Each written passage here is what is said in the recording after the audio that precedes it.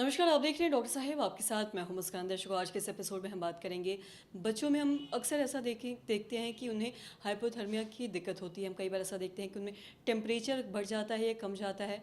ऐसे में उन्हें काफ़ी ज़्यादा दिक्कत होने लगती है। आज इसी पे हम तमाम जानकारी लेंगे और इसी पे खास बातचीत करने के लिए आज हमारे साथ मौजूद है डॉक्टर संतोष कुमार। आपको बता दें कि बिहार के जाने माने पेडिट्रिशियन हैं और साथ ही साथ आपको बता दें कि NMCH में कार्यरत है। सर नमस्कार, बहुत बहुत स्वागत है आपका। नमस्ते मुस्कान। सर मैं आपसे जानना चाहूँगी हाइपोथर्मिया के बारे में कि हाइपोथर्मिया क्या होता है, उससे टेम्परेचर में बच्चों पे क्या असर पड़ता है, टेम्परेचर बढ़ता है या कमता है तो? हाँ, आपने सही क्वेश्चन पूछा। हाइपोथर्मिया एक्चुअली जब टेम्परेचर शरीर का टेम्परेचर जब कमता है ना, उसको हम हाइपोथर्मिया बोलते हैं।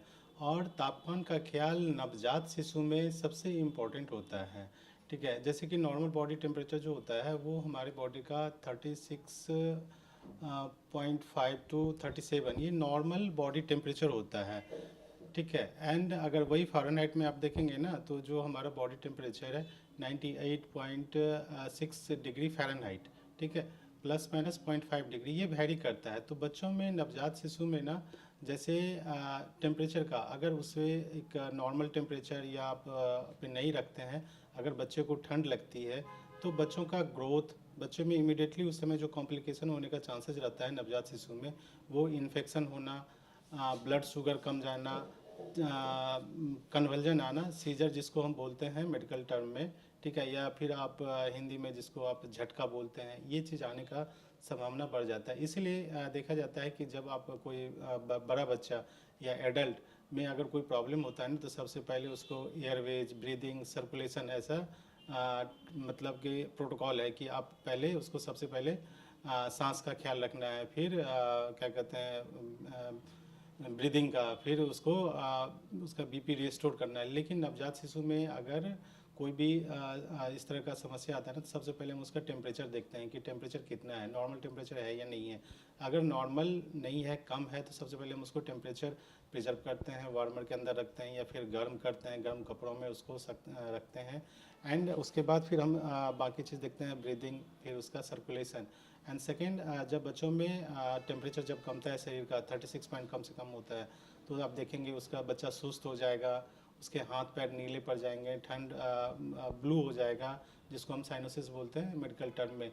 तो टेम्परेचर का ख्याल रखना नवजात शिशु में बहुत ही इंपॉर्टेंट है, क्योंकि अगर टेम्परेचर शरीर का घटेगा तो उसका ग्रोथ, वो फीड अच्छे से नहीं लेगा, बच्चे में बेहोशी आएगा, चक्कर आएगा, फिर आगे चल के उसका जो प्रॉब्लम है वो बढ़ता जाता है। तो इसलिए हमेशा आप डॉक्टर के जब इस तरह का कभी समस्या हो ना, तो डॉक्टर से इमीडिएटली कांटेक्ट करना चाहिए। और नवजात शिशु में कम से कम साल भर तक तो बहुत अच्छे से टेम्परेचर का ख्याल रखते हैं।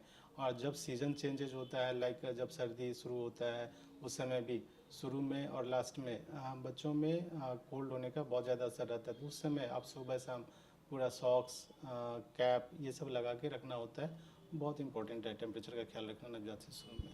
अक्सर हम ऐसा भी देखते हैं कि जब भी मौसम में बदलाव आता है, मौसम में चेंजेस आते हैं, जी तो जी। बच्चे अक्सर बीमार पड़ जाते हैं। तो इसका ये भी कारण हो सकता है?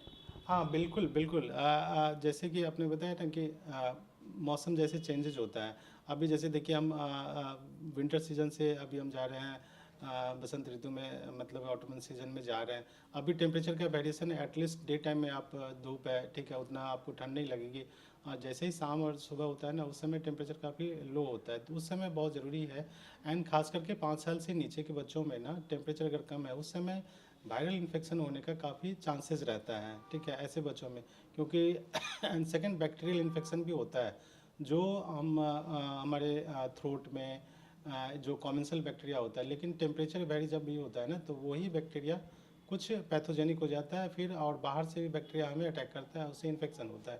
तो मोस्ट कॉमनली जो एयरवेज का, यानी सांस की नली का और फेफड़ों का इन्फेक्शन आप बच्चों में जो देखते होंगे, ये टेम्परेचर वेरी हो, उसमें दोनों होता है, वायरस से भी होता है, बैक्टीरिया से भी होता है, जो ट्रीटेबल है। और इसमें 3-4 प्रॉब्लम होता है सांस निमोनिया का। तो इसमें पेरेंट्स को या माँ को ये चीज़ थोड़ा ख्याल रखना होता है। जब भी कभी इस तरह का दिक्कत हो, बुखार आए, सांस गति तेज़ हो जाए, पसली चले, मीन्स छाती और पेट का जो कोऑर्डिनेशन है वो गड़बड़ हो, और छाती के बीच में गड्ढा पड़ने लगे, उसको हम पसली लगना बोलते हैं। इस तरह का जब कभी भी समस्या हो ना, इमिडिएटली आपके नज़दीकी हॉस्पिटल या फिर जो आपके ट्रीटिंग फिजिशियन है, डॉक्टर है, उनसे मिलना चाहिए और ट्रीटमेंट लेना चाहिए। सर बहुत बहुत शुक्रिया तमाम जानकारी देने के लिए। धन्यवाद। तो आशा करते हैं दर्शकों की जो तमाम जानकारी है आपके लिए लाभदायक रही हो। तो आज की इस वीडियो में इतना ही। अगर आपने अब तक हमारे चैनल को सब्सक्राइब नहीं किया तो तुरंत कर ले, साथ ही हमारे फेसबुक पेज को लाइक करें। वीडियो देखने के लिए आपका धन्यवाद।